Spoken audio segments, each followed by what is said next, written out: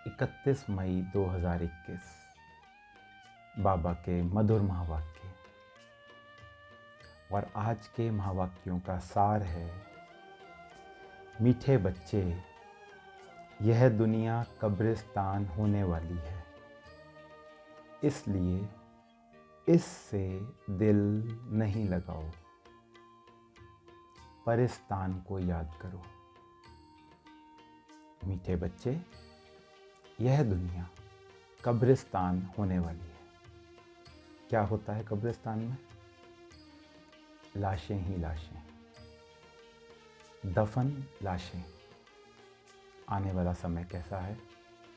Corona ने हमारे को दिखाया कि किस तरह से मौत का बाज़ार लगता है। और ये तो इसको ट्रेलर कहना भी शायद बहुत छोटा शब्द होगा। बाबा ने वाणियों में कई बार कहा है, हमें बताया है, हमें सचेत किया है, हमें आगाह किया है, हमें वार्निंग दी है, बाप के रूप से भी, तो टीचर के रूप से भी और धर्मराज के रूप से भी, कि बच्चे, मैं कालों का काल तुम सबको ले जाने के लिए आया हूँ। कोई जाना चाहे या ना जाना चाहे, पर मैं आप सबको अपने साथ अवश्य लेकर जाऊंगा। मौत सिर पर खड़ा है। शिव भगवानोवाच। ये दुनिया कब्रिस्तान होनी है। सब आत्माएं मच्छरों सदृश चलेंगी। ये सब बाबा के महावाक्य हैं। बाबा ने आज वही बात रिपीट की। कई बार कई भाई बहनों को ऐसा लगता है कि जो ये साकार वाणी है, साकार वाणी मंडे से सैटरडे तक चलती है, तो जो ये साकार वाणी है, ये रिपीटिशन होता है, कुछ नया नहीं मिलता, ऐसा उनका अनुभव है। कुछ भाई बहनों का हमारे पास इस तरह की बात आती है सामने। तो मैं उन भाई बहनों से ये पूछता हूँ, और अगर आप में से किसी के मन में भी ऐसा होता है, ऐसे संकल्प चलते हैं, तो आप अपने आप से पूछिए। हम मान लेते हैं बाबा ने जो हमें 7 डेज़ के कोर्स में हमने समझा, वो मुरली में रिपीट होता है, परंतु क्या मैं वैसा बन गया?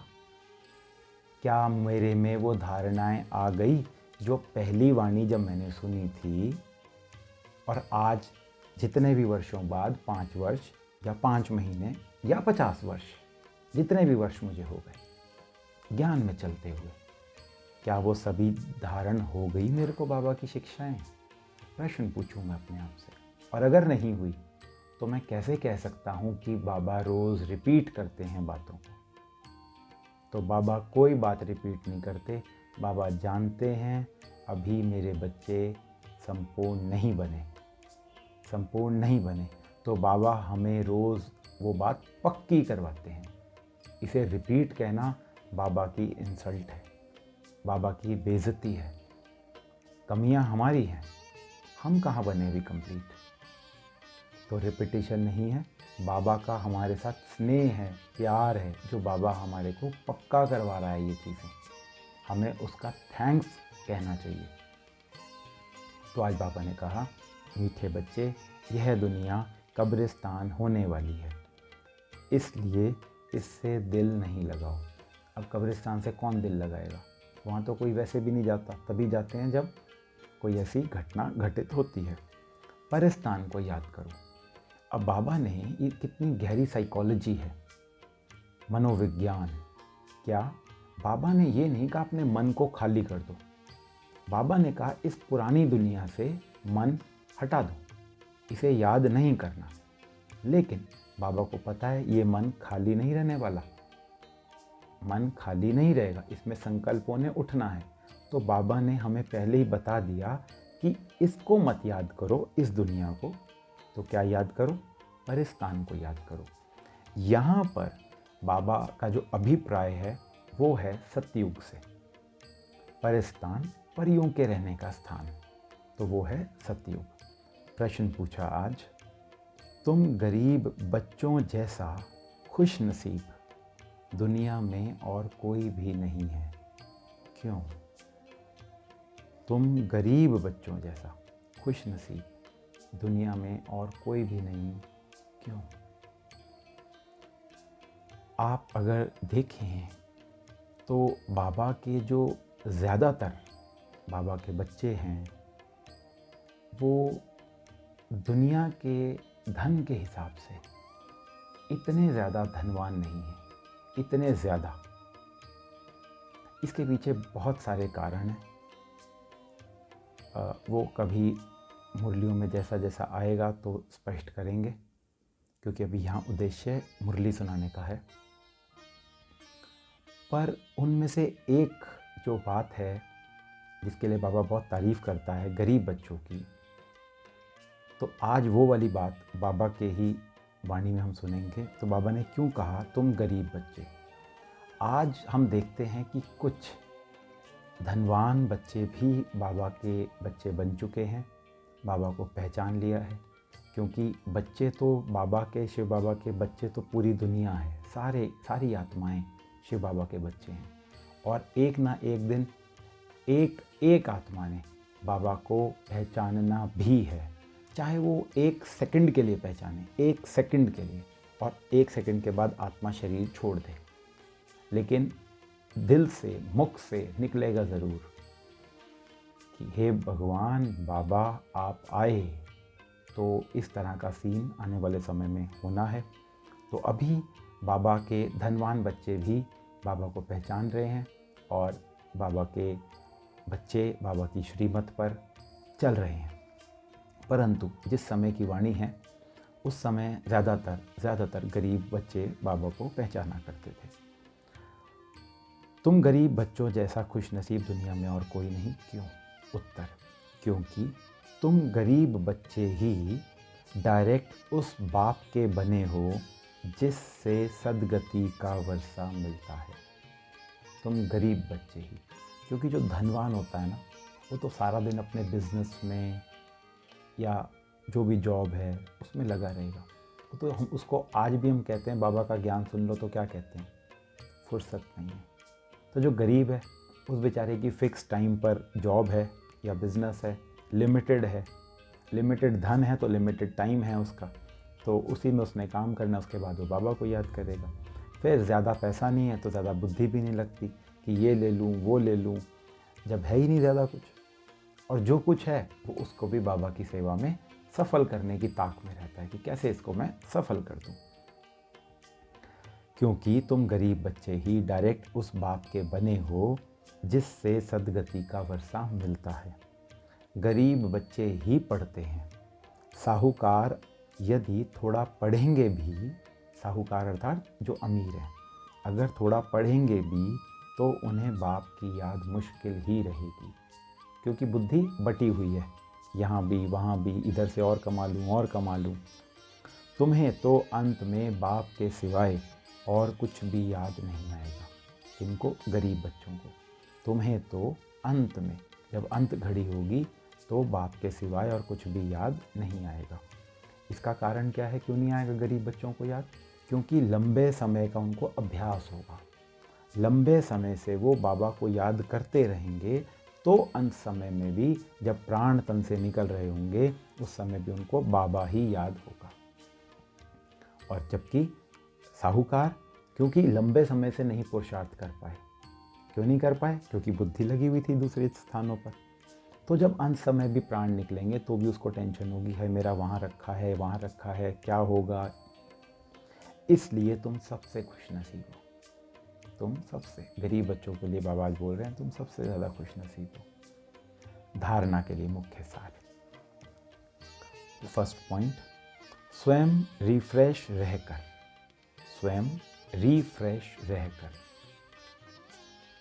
रिफ्रेश अर्थात ये जो ज्ञान की मुरली है हमारी, ये हमारे को रिफ्रेश कर देती है।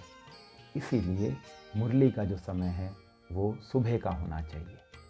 मुरली तो हम कभी भी सुन सकते हैं, पढ़ सकते हैं, लेकिन सुबह का टाइम बेस्ट टाइम। क्योंकि सुबह हमने पॉजिटिव, एलिवेटेड, उच्च कोटि के विचारों को अपने आत्मा में समा लिया और फिर पूरे दिन में जो भी हम कार्य व्यवहार में रहेंगे उसमें हम इस ज्ञान को यूज़ कर सकते हैं। तो मुरली प्रातः 8 बजे तक, 8:30 9 बजे तक मुरली हो जानी चाहिए सब भाई बहनों की। हम कितने भी बिज़ी क्यों ना हों, कितने भी बिज़ी, लेकिन 8-9 बजे तक मुरली निश्चित रूप से हमारे को सुन या पढ़ अवश्य लेनी चाहिए। उसके बाद दिन भर में चाहे कितनी बार मर्जी सुनते पढ़ते रहें, लेकिन एक बार एटलीस्ट सुबह पढ़ लेनी चाहिए। स्वयं रिफ्रेश रहकर, यानी कि ज्ञान को अपने जीवन में धारण करके औरों को रिफ्रेश करने के लिए बाप और वर्षे की याद में रहना है। खुद भी बाबा की याद में रहना है, दूसरे को भी बाबा की याद दिलानी है और सबको याद दिलाना है। स्वयं भी बाबा की याद में रहना है, दूसरे को भी याद दिलानी है। सेकंड पॉइंट, इस पुरानी दुनिया से, इस कब्रिस्तान से, इस पुरानी दुनिया से और इस कब्रिस्तान से दिल नहीं लगानी है। शांति धाम, परम धाम, सुख धाम, सुख धाम अर्थात सतयुग, शांति धाम, परम धाम, सुख धाम, सतयुग को याद करना है। स्वयं को देवता बनने के लायक बनाना है। मैं देवता बन सकूं, मैं सतयुग में देवता बनूं, ऐसा अपने को लायक बनाना है। वरदान, नशे और निशाने की स्मृति से, 2 शब्द आए, कीवर्ड्स, इंपॉर्टेंट वर्ड्स, नशे और निशाने की स्मृति से, स्मृति अर्थात याद से, सर्व कर्मेंद्रियों को ऑर्डर प्रमाण चलाने वाले ताज व तख्त नशीन भाव।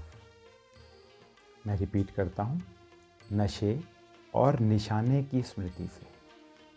अभी बाबा समझाएंगे हमें कि इस बात का नशा रहना चाहिए और हमारा निशाना क्या होना चाहिए। नशे और निशाने की स्मृति से सर्व कर्मेंद्रियों को, कर्मेंद्रियों अर्थात कर्म करने की इंद्रियां, हाथ, पैर, मुख, नाक, आँख, कान, ये सब हमारी कर्म इंद्रियां हैं।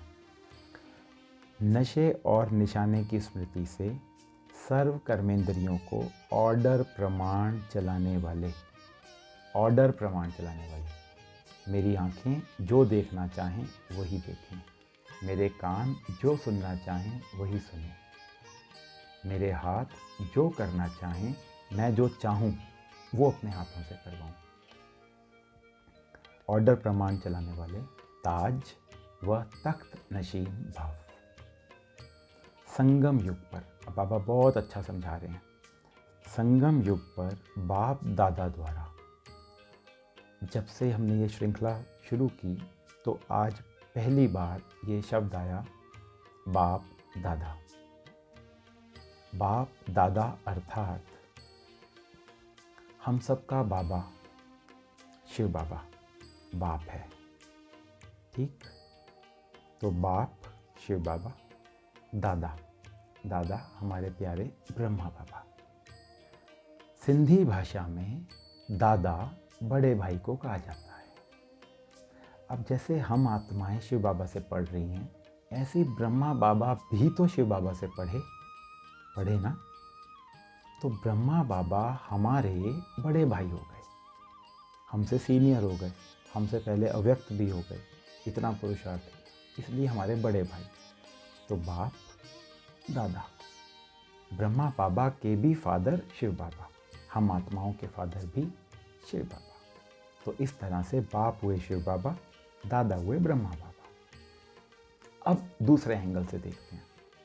शिव बाबा ने ब्रह्मा बाबा में प्रवेश किया, ज्ञान दिया। ब्रह्मा बाबा के मुख की रचना हम बच्चे, ब्रह्मा बाबा के मुख की रचना हम बच्चे। बाबा ने मुख से ज्ञान दिया, मुख तो ब्रह्मा बाबा का था, ज्ञान निकला, हम बाबा के बच्चे बन गए। तो ब्रह्मा बाबा हमारे हो गए फादर, ब्रह्मा बाबा हमारे फादर बाप, और ब्रह्मा बाबा का भी बाप कौन? शिव बाबा। तो शिव बाबा हमारे हो गए दादा। तो कैसे भी इसको आप समझ लीजिए, दोनों बातें चलती हैं, दोनों बातें सत्य हैं।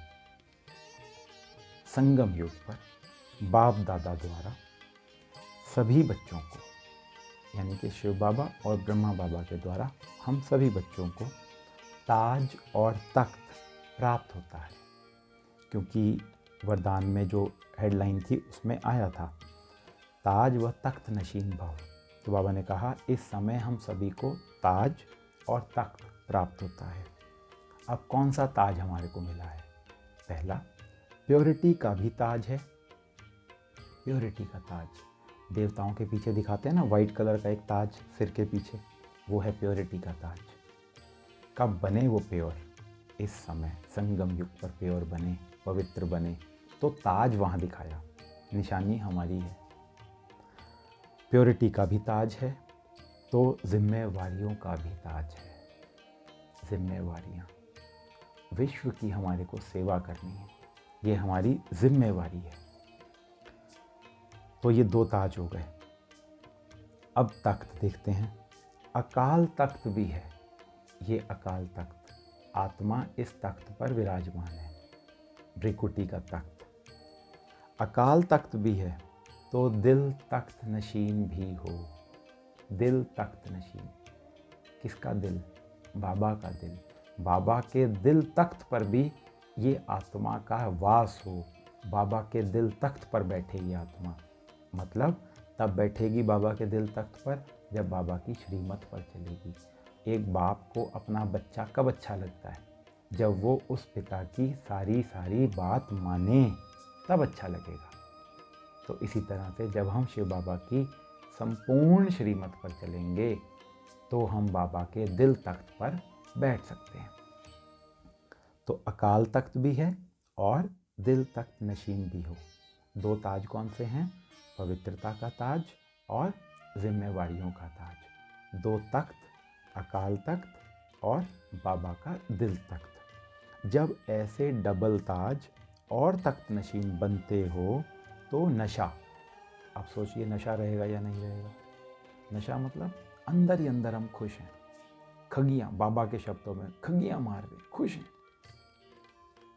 तो नशा और निशाना, निशाना अर्थात मेरा टारगेट क्या है, मुझे बनना क्या है, मुझे बाबा का दिल तख्त नशीन बनना है। तो जब ऐसे डबल ताज और तख्त नशीन बनते हो तो नशा और निशाना स्वतः याद रहता है, खुद ही याद रहेगा वो। फिर यह कर्मेंद्रियाँ जी हुजूर करेंगी। ये कर्मेंद्रियाँ जी हुजूर, आत्मा मालिक और ये कर्मेंद्रियाँ हमारी दास। तो ये जी हुजूर करेंगी कि करवाओ इनसे, क्या कर्म करवाना है, जो आप कहोगे वही कर्म ये करेंगी।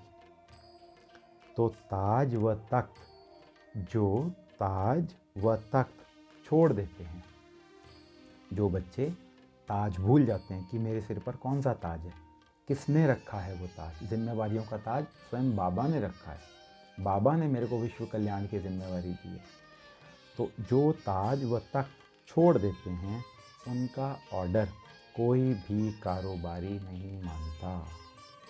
जो ताज और तख्त को भूल जाएंगे फिर उनका ऑर्डर तो कोई भी नहीं मानेगा।